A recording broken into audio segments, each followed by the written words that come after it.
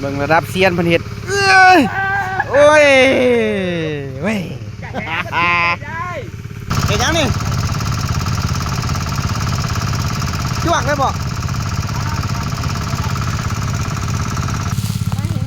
โอ้คัก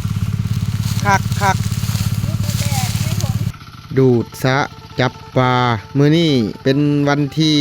15กุมภาพันธ์เป็นมื้อที่ดูดปลา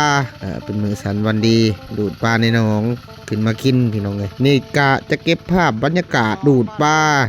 พิธีบ้านเฮาเนาะดูดปลาหากินตามธรรมชาติกะยังคงดำเนินการต่อได้ขนาดอยู่ไทยอยู่จันทบุรีเนาะอันนี้ก็จะเป็นน้องสะพี่โต้งหรือว่าน้องสะพี่บีเพิ่นได้ดูดปลาแล้วก็เอิ้นน้องๆเนาะไปจับปลาในน้องเพิ่นนี่ก็จะเป็นภาพบรรยากาศเก็บมาให้พี่ให้น้องได้เบิ่งนะครับชมจังได๋ก็ขอบมกขอบใจเพิ่นเด้อที่เพิ่นเอิ้นเฮาไปเก็บปูเก็บปลานำก็ได้ให้เพิ่นเจริญรุ่งเรืองก้าวไกลไปหน้าร่ำรวยเท่าใดก็ให้ร่ำรวยอีกต่อไปเนาะเดี๋ยวก็ขอบมกขอบใจเพิ่นหลายๆ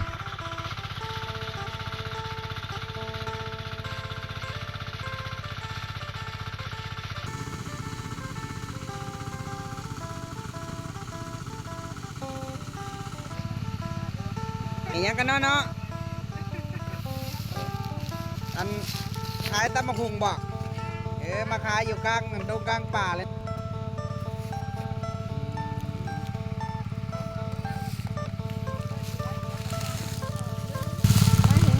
โอ้คัก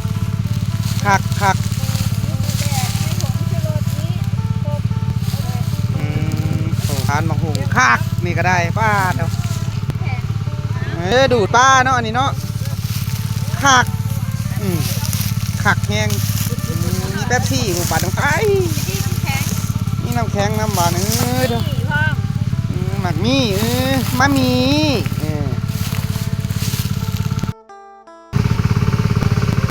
ทำอะไรครับหาปลาครับผมโอ้โหนี่ได้เปล่าโอ้หอยมีบักหอยลายเนี่ยว้าวคักบกหลายเลยเนาะคักปิ่งกินไปแล้วบักคอใหญ่หนึ่งตัวเฮ้ยมาประทันโอ้เครื่องสูบน้ำโอ้สองเห็นยังนี่จ้วงได้บ่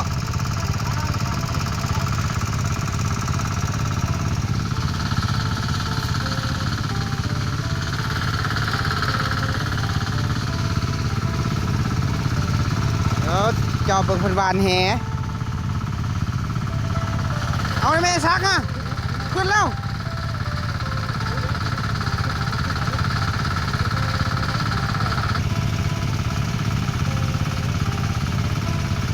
มันกำลังโง่ลงเดเอ้าใส่เขาไอ้มอนรู้แม่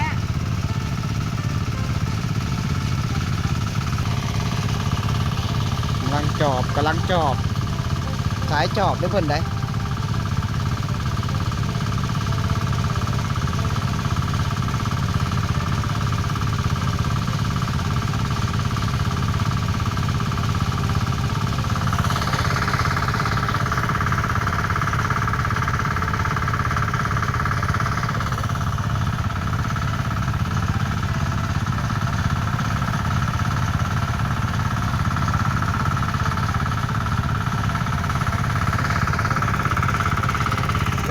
ขึ้นอยู่ทั้งนั้นว่ะโอ้ขึ้นพุ่นอ่ะผัก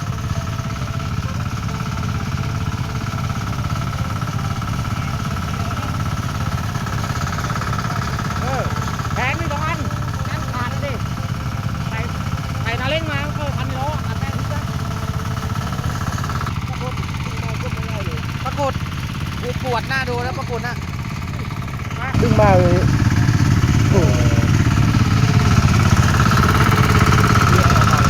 ปรากฏปักหลายคนหลายแบบหลายแนวเห็ดอันนี้ดักแบบ ดักแบบว่าคล้ายๆกับแบบโต่งหั่นนะบ้านเฮาก็เอิ้นงูหั่นนะงูดักปลาหั่นนะดักหลายแบบมันว่าแต่ว่าดูดน้องหัวสิบกบ่มานี่มันดุนกัน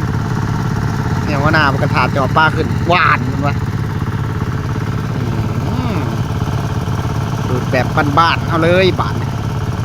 คาก แหมใช้ไม่ได้ เอาเป็นยังมันใส่บ่ได้ แหมไม่มีแบบแหมขาด โอ้ย ตัดจอมทิ้งจะเหลืองได้ไปยังไม่รู้ ลองเบิ้งทดสอบ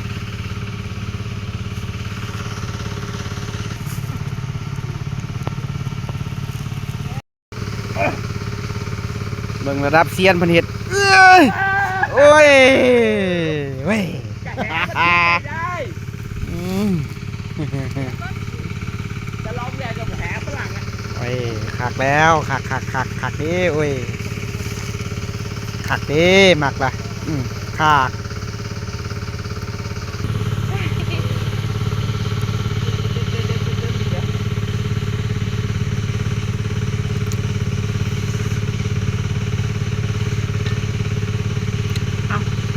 คือประวานมันนี่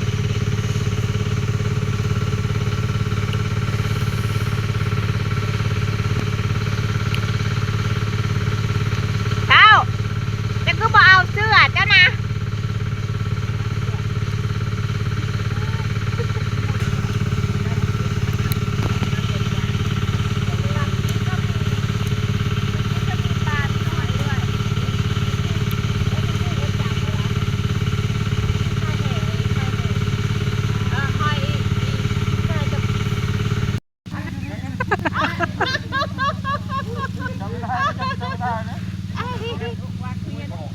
เอาตัวก็หมดจ้ะหมูเห็นนะ ไงเขาบอกออกแล้วเขาว่าง มไหมงมไหม เค็มๆอ่ะเดี๋ยวมันก็ โอ้ ตายอยู่ใน ย แผลตัวใหญ่เลย คุกกับมันทัน รู้ว่ากินมันหลงแง่นี่ไง ดุดไปเลยนะมันหมด ดินลงเนาะ เอ้าบาดเป็นเดียว มันหมด คือเดินแกะเขามาหลัง วนเบิ่งรอบเดียววนรอบ ยับ เดียว มันหมดทันผม มานอนเขากัน เบิ่งวนเยอะ ซ้ำเข้า แค่จับพอ ใครจะมาเข้า ดูลุกขึ้นแบบวูบแบบขึ้นบนดูเนี่ย กสิการแล้วนอน เนี่ยนี่ดูทางฝั่งวันจะจับวันจับตรงปลายนี้ก่อนแล้วเอานี้ไปชมเยอะไป โอ้นู่นนี่มันมาพี่เรา ย่านอันมือแรงในขั้นแบบว่าพากันงานนี้แหละคนมาหนักลง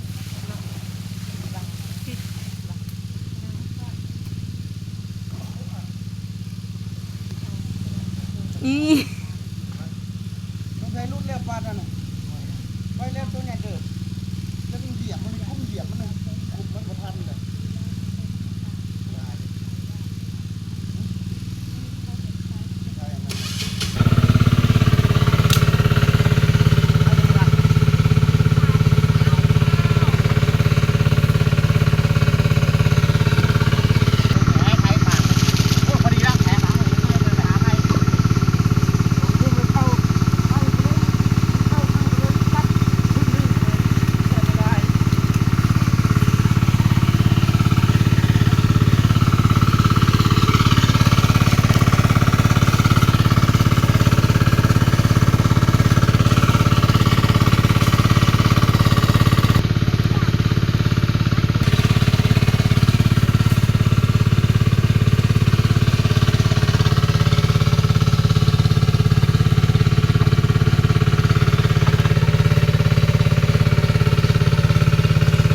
อันนี้ก็ยังบ่ทันแห้งนะพี่น้องเด้อคำก่อนมืออื่น